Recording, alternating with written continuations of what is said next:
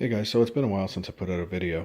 We've got about 3 or 4 feet of snow on the ground right now, so there's going to be no detecting. The pack ice has moved into the shorelines now, so that's a no-go too.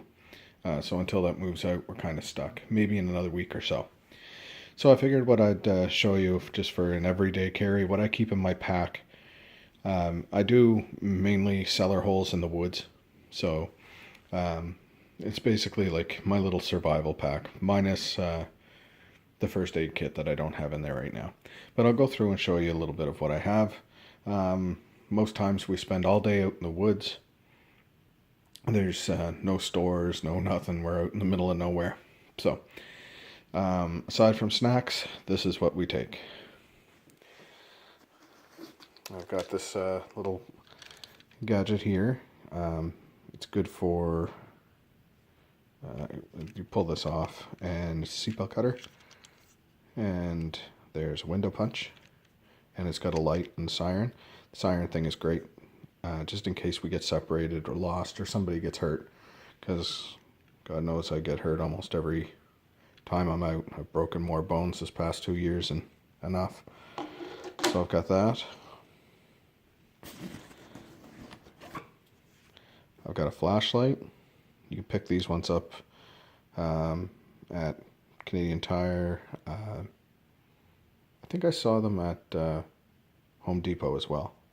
It's a Coast LED, super bright.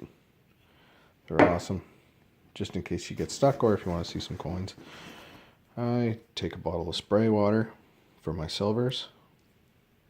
I also, let's reach in here and see what else.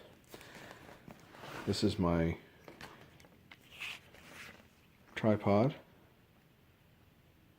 This will be the first year for it. You can use it as a selfie stick, or it opens up to be a tripod.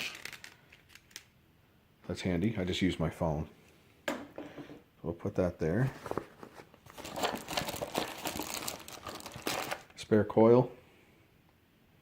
It's a 4x6 accelerator double D for the E-Track. That thing works really, really well in the cellar holes. Iron infested sites works really, really good too. Then I like to make sure we have gloves, a light pair of gloves that if they get wet, your hands don't freeze. If you have leather gloves and they get wet and it's chilly outside, you're going to be freezing cold the whole time. Like these ones here, Mind Lab gloves. If these get wet, your hands are freezing. So I keep them in plastic, make sure they're dry. They're spare gloves. A digging pouch. Again, Mind Lab. I'm sure you see a trend here. Gotta have your digging pouch. And in this bag, I keep electrical tape. I've got a spare pinpointer in there, just in case if mine breaks or somebody else's breaks, then there's a spare one. The slim pack for the E-Track, so I have battery backup in case for whatever reason my rechargeable dies or whatever. I still have a lot of hunting time left. This stuff here is pretty awesome. That can is kind of beat up a little bit, so I'll show you this other can. Yep, this stuff works really, really well for ticks. That's what I use it mostly for. Mosquitoes it works in, and chiggers, black flies, deer flies. It does work really, really well. So if you come across something like that, it's got DEET in it, 25% DEET. So that stuff, don't get it in your eyes though. And of course, you've got to have some toilet paper. Even detectors, shit in the woods. Then I won at an annual meet and greet that I attend, the second year that I've been there. Won this pretty awesome gear keeper. It's a retractable gear keeper. So what I'll do, more than likely, is I'll hook this somewhere on my belt or bag or something like that, and put a pinpointer or something like that on it. So that'll be good for detecting. Also, I won this, which I'm totally stoked about. So the MineLab Profine 35 pinpointer discriminates out iron. It's easier to find your target. That's a pretty awesome prize. It was donated by Radio World in Canada. So any of you Canadian guys, you want to go check them out, it's radioworld.ca, I think. Anyway, so I'm super stoked. Haven't had a chance to really do much with it yet. I've tried it out, turned it on. So, waterproof. Man, that's nice and shiny. It's not going to be for long though. Nice bright light on it. Adjust your sensitivity up and down. You can hold it, and when you hold the button down, it'll either discriminate, it'll turn the iron on or leave it off. So that is cool. All right.